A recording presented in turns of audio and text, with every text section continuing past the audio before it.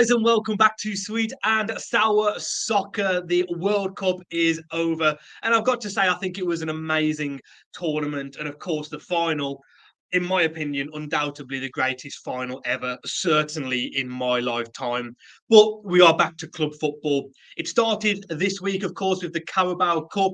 Wolves come on into the quarter-final. But this is the big one, the one we've been waiting for. It is the Premier League, and it's week 17. Let's jump into it. Before I do, guys, do me a favour, like the video and subscribe if you are new here.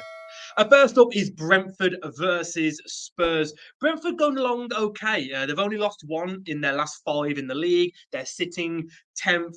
The only real dark cloud over them at the moment, you'd say, is Ivan Toney. We all know what's going on with him. They will want that resolving as soon as possible, of course. With Spurs, they had a lot of players play at the World Cup and play a lot of minutes. You know, you think of the likes of Harry Kane, Hugo Lloris, who else was I going to say? Ivan Perisic, of course, as well. You know, they had a lot of players play a lot of the games. And you've got to wonder for Spurs with Harry Kane, where's he at mentally after that penalty miss? We know he's a professional. He's never in the news for bad things. He just seems to get on with it. But you've got to wonder, will that affect him? Personally, I don't think it will, but I wouldn't be surprised if he starts off a bit slow. For this one, I think I'm going to go Spurs. I am. I think it's just based on having the better team, I've got to say. I'm going to go Spurs, and I'm going to say 2-0 to the away side. Next up, we've got Palace versus Fulham, and both these sides are doing okay. Palace are 11th, and of course, Fulham are doing very, very well. They're 9th in the table. The thing with Fulham, they've had no wins in their last 3 league games. Not a lot of teams like to go to Selhurst Park. We know that. And I think I'm going to give this one a draw. I'm going to say 1-1 between Palace and Fulham. Next up is my club. They go to Everton. Everton, yeah, not great. 17th, 4 points from 15, if I'm not mistaken. Their last 15 available in the league. For Wolves, oh, God, I mean, no winning 5, bottom of the league. 4 points adrift, I think we are. I think we've had 1 point from our last 15 available. It's not great. But we do have Mr. Julian Lopetegui, who has come into the club and he's guaranteed, well, he's being guaranteed, I should say, at least 6 signings by the board in January. A couple of them apparently already done, so that's good. But he's got a mountain to climb. For this one, I think I'm going to say a draw. I'd love to say a Wolves win, but I'm just not so confident just because, well, of where we are at the moment. I don't think there's going to be many goals. I'm going to say 1-1. I think both teams will concede, but I don't see both sides, or either side, shall I say, scoring many. I'm going to say 1-1, Wolves and Everton. Next up is Leicester versus Newcastle. And for Leicester, you know, after that scare to the start of the season, they have bounced back pretty well. They are 4 points above the relegation zone now. And unless something talismic happens to them, I think they're going to be safe. Can they push on for Europe? I doubt it, but I think they're going to be anywhere from that 12th to 9th position this season. For Newcastle, my word, I mean, you saw some of their players at the World Cup. They're just such a good side. They're third, 30 points. They've won their last 5. I mean, 15 from 15. It's unbelievable. They're probably you've got to say, of any club going into the World Cup, Newcastle would have been the one that didn't want it to happen, especially with the run that they were on. Can they bounce back? Of course they can. They've got a fantastic side and a little bit of squad depth now compared to previous seasons, of course, under Ashley. But you wouldn't be surprised if Newcastle went on to slightly drop off just because of the World Cup. I expect a lot of clubs from now on, maybe clubs that are struggling, that just needed a break, that will now kick on. And I do see a lot of clubs at the top that maybe just start to fall away just because of that break. I think it's inevitable. I am going to give it Newcastle, though, and I'm going to give them a win. And I think what's going to be a great game. I think it's going to be 3-2. I think there'll be goals. I think a few Newcastle players will be tired. I think they'll concede a few, but I do think they get the win. 3-2 to the Magpies. Who's next? Southampton versus Brighton. Southampton not going well for them at all. 19th. They're only not bottom because Wolves are so much worse at the moment. They're 2 points off safety, so it's only one win. But I do fear for Southampton this season. I really do. I think this could be the season where they do go sadly. But of course, they can prove me wrong. For Brighton, they are seventh at this point in time. 7 points from 15 in their last 5 games. So yeah, what you'd kind of expect from Brighton. They're going along nicely, but do I see them staying in Europe? Personally, I don't. But of course, they could. They've got such a great squad. It's unbelievable. I'm going to give Brighton the win here. I think they do it over Southampton, sadly for you Saints fans. And I'm going to say 2-0 to Brighton. Who got next? Villa versus Liverpool. Liverpool dumped out of the Carabao Cup last night by City in a great game. 3-2. Great game of football.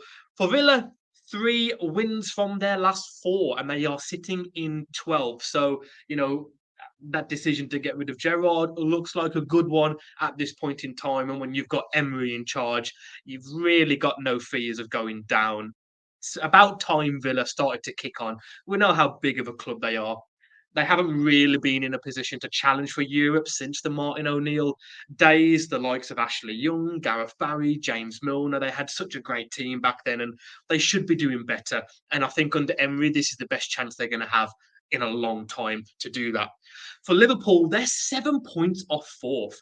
How many games can they draw or lose before you say, do you know what, it's kind of over now in terms of getting into the Champions League, unless they go on to win it? I don't think they will, but this Liverpool team is capable of anything, especially in Europe. Do I give Liverpool the win just because they're Liverpool? I don't know. This is a tricky one. This isn't an easy prediction.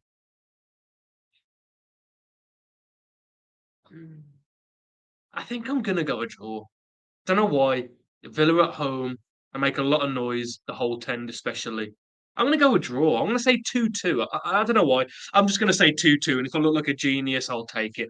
Arsenal versus West Ham is up next. And Arsenal 5 points clear at the top of the league. But that injury to Jesus, how big will that be? He's not prolific. He's never going to get 25 goals a season, but he really is the glue for that team. He just gels everything together. They have got players that can fill in, of course. We know that Emil Smith-Rowe doesn't play in that position typically, but he is apparently fit, and Mikel Arteta has said that he wants him to be part of his plans, and he wants Smith-Rowe to start proving himself now if he does get a chance in the team. For West Ham, 1 point above the drop zone. They've only had 1 win in the last 5. Not very good form for West Ham. You've got to say Arsenal at home have been unbelievable. They have to prove that they can start winning without Jesus. And if they win this game, you really would start thinking, yeah, they are serious title challengers if you didn't think they were up until this point. I'm going to give it Arsenal. I think it'll be quite cagey. First game back after a World Cup. They won't want to lose it. They'll want to keep their stride. But I'm going to say 2-1 to Arsenal. 2-1 to the home side. Chelsea versus Bournemouth. Wow, Chelsea, 8th in the league. 8 points off 4th. We spoke about Liverpool. How many times can they drop points before you say that enough is enough? For Chelsea, you've got to think if they don't win this game and then you're looking maybe 10, 11 points off 4th, you've got to say that'd be it. Honestly, end of December, you could say Chelsea are out of the top 4 race, never mind the title race. For Bournemouth, 14th, going okay. Worst defence in the league, 32 goals conceded, but they did win their last game. Hopefully, they can take a little bit of confidence from that. But I've got to give it Chelsea, just because they are Chelsea. They're at home. Bournemouth may do it. It wouldn't surprise me if Bournemouth get a result, but I'm just going to play the odds and I'm going to say Chelsea. And I'll go 2-0 home win, 2-0 to Chelsea. United versus Forest next. United, of course, got through in the Carabao Cup, but so did Forest. United beating Burnley, and can't remember who Forest beat, but they do have Wolves in the quarter-final. United 5th. 3 points off fourth. You'd say that they need to win this game, of course, but I wouldn't put them out of the top four race if they don't win it. Yes, they could potentially go 5, 6 points adrift, but that's you can get that back 5 or 6 points. For Forest, looks like they're going to sign another 4 or 5 players in the January transfer window, from what I'm seeing. Yeah, I fear for Forest. I really, really do. But you've got to say they've only lost once in their last 5 games. So, in terms of form, they're not doing too badly. I'm going to give it United because they are at home, and I think they'll do it quite convincingly. They didn't have many players get far in the World Cup, so I think they'll have a fresh team. I might go something like 3-0 for United. Yeah, I think I will. I'm going to say 3-0 to Man United. Last but not least is Leeds versus City. And Manchester City, they had the most players play the most minutes at the World Cup out of any Premier League side. And I think there was quite a gap between them and second, which I think was Spurs, who were second. They might have been the most in Europe. I'm not sure on that, but I do know that they had the most players that played the most collective minutes at the World Cup. But you've got to think how many of those big, big names for City actually played that many minutes. Haaland didn't go. Cancelo, Diaz for Portugal, they didn't get that far, losing to Morocco. Kevin De Bruyne didn't get far at all. So, you've got to think that a lot of their big hitters didn't actually play that many minutes. Mahrez didn't even go. And of course, their squad is unbelievable. We know that. So, although they've played the most collective minutes, I wouldn't say that that's going to affect them at all. For Leeds, 2 wins out of their last 3 in the league. They are at home, which doesn't always guarantee anything for Leeds. They'll be the first to say, it's 50-50 for Leeds, whether they're home or away. You've got to join City, haven't you? Just because it's Man City, they want to keep the pressure on Arsenal. And I'm going to say a 3-1. Let's give Leeds a goal for home at Ellen Road. Let's say 3-1 to Man City.